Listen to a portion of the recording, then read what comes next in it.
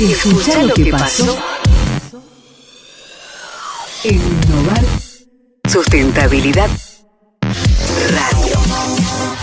Y le agradecemos porque ya teníamos previsto este encuentro en otra oportunidad, pero bueno, viste cómo son las cosas de la vida. Agustina, a veces hay un auto que se rompe y tenemos que posponerlo. Así que hoy sí es el día. ¿Cómo estás? ¿Qué tal, Patricia? Un placer. Un gustazo estar acá. Bueno, muchísimas gracias. También el gusto es nuestro, porque en realidad yo siempre digo que dentro del ámbito de la sustentabilidad no podemos dejar al margen a la educación. Es la base, la educación, de todas las conductas y las buenas prácticas que nosotros podamos llegar a tener en adelante, y sabemos que la sustentabilidad llegó para quedarse.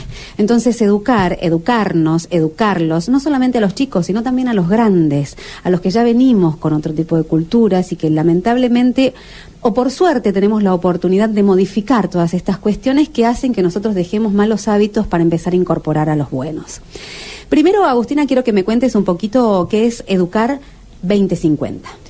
Mira, Educar 2050 es una asociación civil que tiene como objetivo primordial incidir en política pública y, por otro lado, concientizar a la sociedad civil y a la sociedad en general de la importancia crucial que tiene la educación. Y nuestro sistema de educación en este momento realmente requiere de un empuje de toda la sociedad si pensamos en que hay un cambio educativo posible.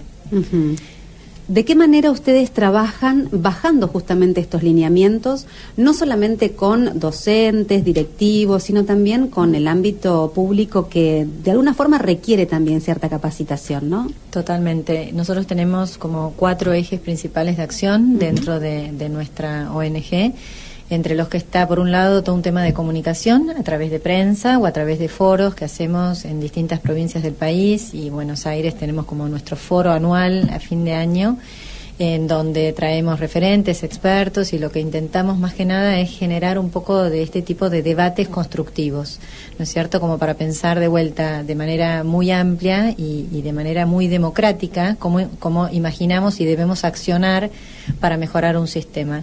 Por otro lado, tenemos otro eje que para nosotros este año particularmente es de suma importancia, que tiene que ver con la articulación. Tratamos de articular un montón de ONGs, más de 40 te diría, que estamos vinculadas a la educación, e invitamos a otras, esto a través de una red de organizaciones que se llama Primero Educación.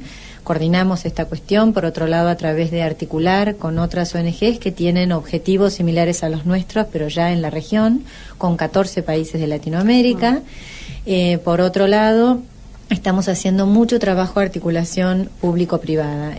Encontramos que hoy, sinceramente, hay como una muy buena disposición al diálogo, sobre todo muy buena disposición a sentar en la mesa gente de pensamiento diferente, y la educación requiere esta diversidad de pensamiento, de filosofías, de manera de mirar. Así que estamos trabajando y tratando de colaborar con distintos ámbitos, así que hacemos un esfuerzo de comunicación intersectorial muy importante. Por otro lado, tenemos un eje que tiene que ver ya con trabajo de campo, en donde hacemos particularmente formación y acompañamiento, ¿no?, a directores y escuelas en lo que llamamos mejora escolar. Este año estamos trabajando en 4 provincias particularmente, con casi 100 entre directores y supervisores. Y después, digamos, esto es como si te dijese lo más importante, pero básicamente es este año, como yo te decía, estoy tratando de poner este foco en que pensemos como sociedad cómo debe ir nuestra educación, porque cambiar un sistema de educación, y hablo de cambiar, no de mejorar, una verdadera transformación, es un emprendimiento de tan alta complejidad que creemos que o dialogamos y acordamos cuestiones, o desde un gobierno solamente no se puede lograr. Qué importante que es lo que decís, Agustina. La verdad es que me quedo pensando, porque digo, como mamá inclusive, ¿no?, y lo veníamos hablando fuera de micrófono, cuando uno escucha a los docentes, la verdad es que yo tuve oportunidad de ser parte también de un grupo de docentes en donde hay muchas ansiedades y hay muchas ganas de poner en práctica nuevos modelos y nuevas estrategias, pero hay muchas necesidades también con las que se encuentra un docente, en donde evidentemente hay cosas que se les van de las manos. y que no las pueden concatenar con un modelo educativo de excelencia, por ejemplo.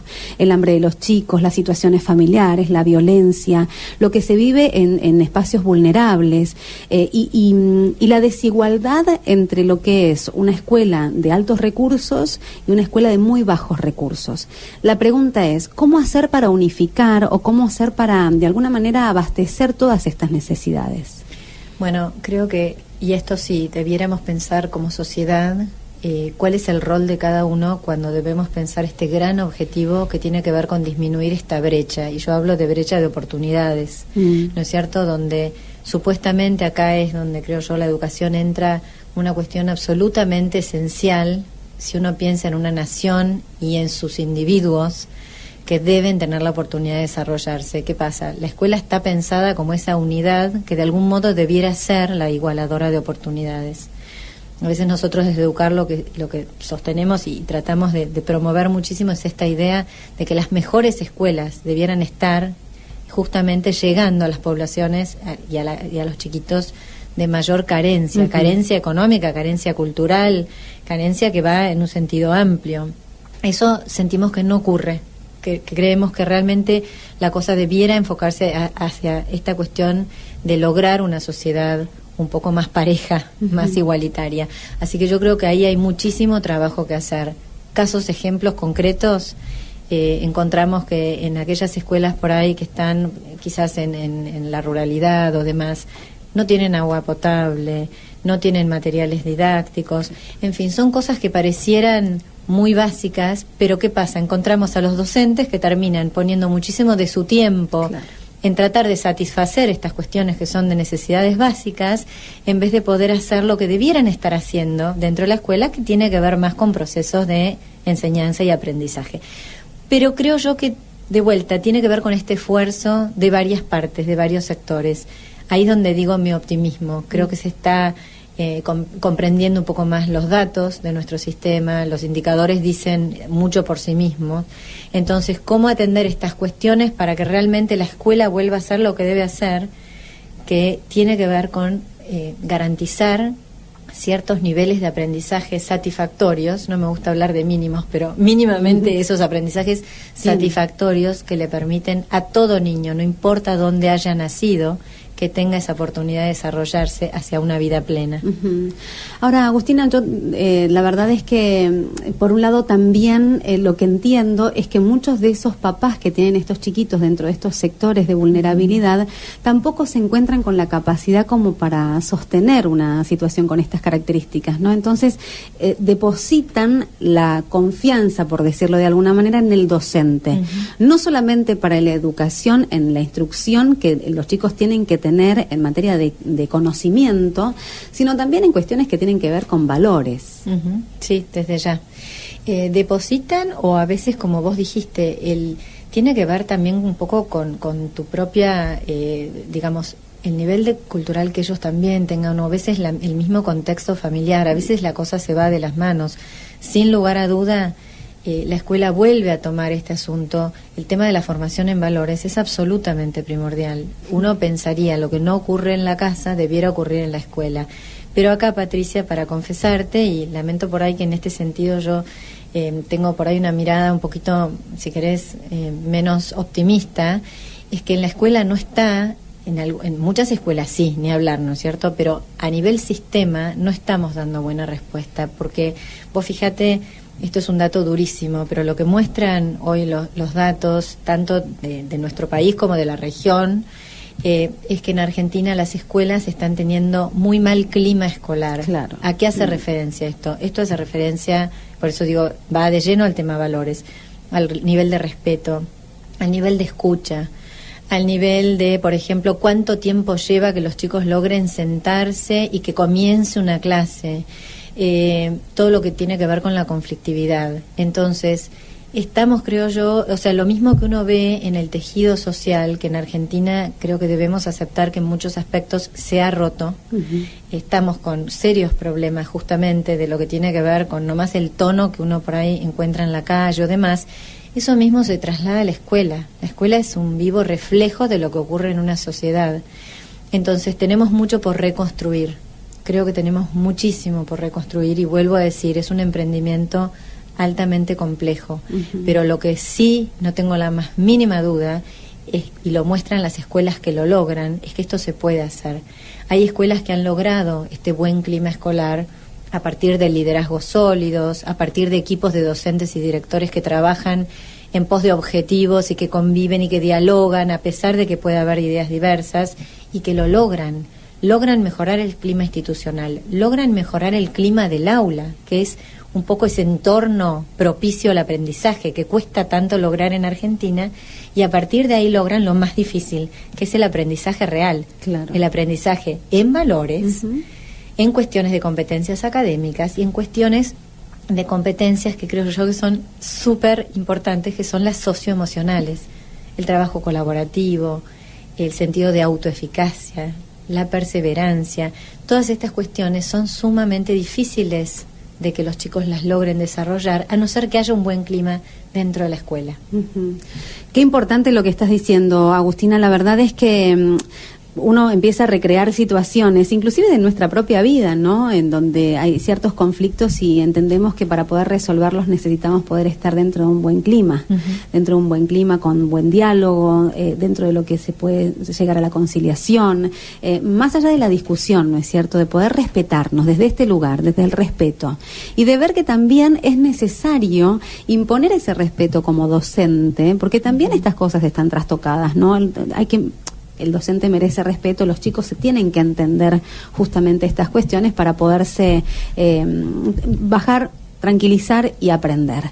Y por otro lado, lo que pensaba cuando vos hablabas es cuántas empresas hoy por hoy están trabajando sobre este tipo de programas y se involucran y vinculan con el sistema público y también con las escuelas directamente y les brindan una solución. Ahora, quiero que vos me muestres o que me digas cuál es tu mirada con respecto a... hay empresas que tienen programas de educación muy motivadores, que incentivan realmente en tecnología, en todo tipo de nuevas prácticas y de nuevas técnicas, pero los chicos después se quedan en la clase como ávidos de más conocimiento, porque el programa no continúa, porque se hace solamente dentro del marco de la RCE de la empresa, y vuelven de nuevo a una situación en donde les faltan materiales, no tienen el respeto y el tiempo y el clima como para seguir con una instancia de educación con esas características. Bueno, vos estás haciendo así como metiendo el dedo en el lugar preciso. Lo que estás es hablando de lo que es para mí el núcleo de lo que debiera ser el foco hacia dónde debe cambiar el sistema. Y el problema particular que encontramos quienes estamos abocados a la cuestión de la educación tiene que ver con que estamos hablando, o sea, tenemos un discurso, y fíjate vos que de hecho ese discurso está plasmado en los diseños curriculares a nivel nacional, de una formación en competencias, porque eso es lo que los chicos le encuentran el sentido. Porque viene la empresa y les ofrece cosas que están ligadas a la tecnología, a que los chicos pongan en práctica el conocimiento, y después lo que ocurre en la escuela es una tensión absoluta entre ese, por decirte, diseño curricular que tiene un enfoque de competencias, de que los chicos puedan hacer y aplicar conocimiento, y tiene esta tensión con la verdadera cuestión dentro del aula, que es que siguen siendo estas figuras pasivas, como vasijitas que uno pareciera que quiere llenar, convierten el aula como en un gran Google, claro, en vez de ponerlos a pensar, a construir, a razonar, a debatir, a dialogar, o a trabajar por proyectos, a usar las tecnologías. O sea, el chico hoy debe pensar, yo tengo acceso a un montón de información de manera instantánea. Sabemos que están sobreinformados, ¿no? Dos teclas y sabemos todo. Sin duda más que los maestros, sin duda más que vos y yo, ¿no? Sí. ¿Y qué pasa? Pretendemos que el chico esté sentadito, escuchándonos, con estos modelos de enfoques sumamente enciclopedistas, que son obsoletos. Entonces dicen por ahí los maestros, y quiero decir que nosotros confiamos muchísimo en que los maestros son los primeros en querer ayornarse y tener este tipo de estrategias para que los escuchen más los chicos, porque ellos también quieren que los chicos los respeten. Pero hoy la autoridad no viene dada como fue en otro momento, hoy hay que ganársela, y un joven, por decir en una escuela secundaria, al maestro o al profesor que más respeta es aquel que realmente como que pone en los chicos una expectativa muy alta, los exige y espera de ellos un montón. ¿Cómo? Mostrame cómo hacer las cosas. Lo que aprendimos, apliquémoslo, trabajemos por proyectos y resolvamos juntos. Eso no está ocurriendo y no es culpa es culpa del sistema. Yo no puedo decir culpa del docente, es culpa del sistema. Vamos a llegar a ese tema porque me interesa que nosotros hablemos justamente del sistema. Hoy la tecnología nos brinda una oportunidad invaluable, o mejor dicho, impensada, en cuanto a las posibilidades de educación que existen en otras partes del mundo.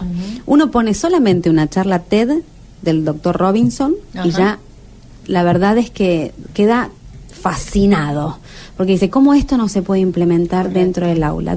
¿Por qué no lo podemos hacer? ¿Por qué nuestros docentes no están preparados? Lo que hablamos es un poco esto de contraponer lo que fue el enfoque pedagógico enciclopédico, que tiene que ver con la memorización y con la transmisión de la información, para entender que eso no va más, para pasar a un enfoque que tiene que ver con el desarrollo de competencias, cómo se trabaja en un aula cuyos docentes realmente planifican en función de desarrollar las competencias de los chicos. Tiene que ver con aplicar conocimiento. Esto es el conocimiento aplicado. Entonces hay un montón de estrategias innovadoras, que no quiere decir innovación solamente ingresar con lo tecnológico, ¿eh? Yo hablo mucho de innovación pedagógica y creo mucho en la tecnología como soporte, porque potencia lo pedagógico. Pero este cambio de pedagogía tiene que ver con hacer trabajar a los chicos en proyectos concretos, o sea, que apliquen el conocimiento para resolver problemas, ¿no? Partís de un problema y ves posibles soluciones y después lo aplicás. Eso puede ser proyectos de la comunidad, como pueden ser proyectos que a través de justamente lo digital y la tecnología pienses hasta en cuestiones que están muy lejos de la realidad de los chicos. Hoy creo que ellos pertenecen al mundo, así que esto es importante. Un desarrollo de competencias o un enfoque, digamos, de desarrollo de competencias también tendrá que ver con ponerlos, por ejemplo, a debatir un modelo, como me estabas comentando recién, de un símil Naciones Unidas. Digamos, hay un montón de cuestiones que hacen posible que los chicos apliquen conocimiento. Estrategias concretas, te doy un ejemplo. Hay, qué sé yo, por ejemplo, pedagogías modernas que tienen que ver con el concepto del flipped learning. Esto nace en Estados Unidos, pero hoy es la clase invertida. ¿Por qué se invierte la clase? Porque los chicos pueden ver lo que es el marco teórico como deberes, no los hagamos perder el tiempo con sus deberes. Que ellos lean el texto o vean un video, que vean lo que hace Jacques Cousteau con los océanos, que seguramente va a ser más lindo que lo que cualquier, hasta buen profesor puede decir, y que lleguen a la clase con ese conocimiento, si querés más enciclopédico, para poderlo aplicar. ¿Cómo? Ya sea a través de las matemáticas o las físicas, o cualquiera de las áreas, o mejor aún, y hacia esto va el mundo, de una forma interdisciplinaria. Claro. Si los chicos debieran aplicar lo que aprendieron a través de videos o el texto o varios textos en un proyecto que te unifique 2 o 3 áreas, y acá puedo juntar lo que quieras, puedo juntar la matemática con las artes, lo hace más interesante y ellos le encuentran sentido. Para esto me serviría. Esa es la gran pregunta. Ese es el aprendizaje significativo. ¿Y a mí para qué me sirve aprender tal o cual cosa? Esa es la pregunta permanente en mi casa, ¿viste? Bueno. Con adolescentes y con el más chiquito, bueno, ni te cuento, pues es un vago. Pero la más grande es hacerlos parte de la cuestión. ¿Para qué lo aplicaríamos? ¿Qué tipo de proyectos les gusta? Entonces, los que dicen que el enfoque de competencias va en contra de los contenidos, no es así, porque sin una base de contenidos no podés aplicar nada de conocimiento. Ahora, ¿te sirve memorizar 700 fechas?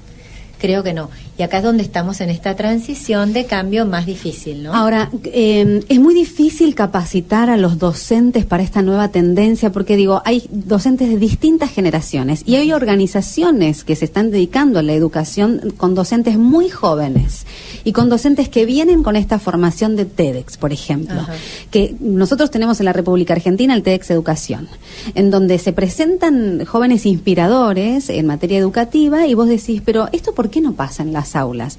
En la mayoría de las aulas, ¿por qué esto no se baja como programa educativo dentro de una política pública? Bueno, este es el otro gran punto y acá de vuelta voy a decir dos Meto cuestiones. el dedo en la llaga. Metés el dedo en la llaga, Patricia, es como tu especialidad, está bueno. Pero digo, dos cuestiones. Esto es un cambio de política necesaria. Ahora, ¿Por qué? Porque tenemos un sistema que tiene para el nivel primario más de 1.300 institutos de formación. Imagínate que dar este nivel del que estamos hablando de formación a los formadores en esa cantidad de institutos no es sencillo. Para el nivel secundario, los profesores también, hay 60 y pico de universidades que tienen carreras de pedagogía. Digamos que tenemos de por sí un sistema de formación inicial sumamente atomizado. Eso de por sí hay que revisarlo. Ahora la buena noticia. Bien. Creo yo que ya se viene poniendo esto fuertemente en agenda. Creo que hay que seguir reconvirtiendo esta cuestión hasta algo que sea más efectivo, pero está en la mirada de la política pública, creo yo, de los gobiernos de provincia, esto de mejorar los niveles de formación. Va a ser largo, no va a ser sencillo, pero creo que se está poniendo en agenda.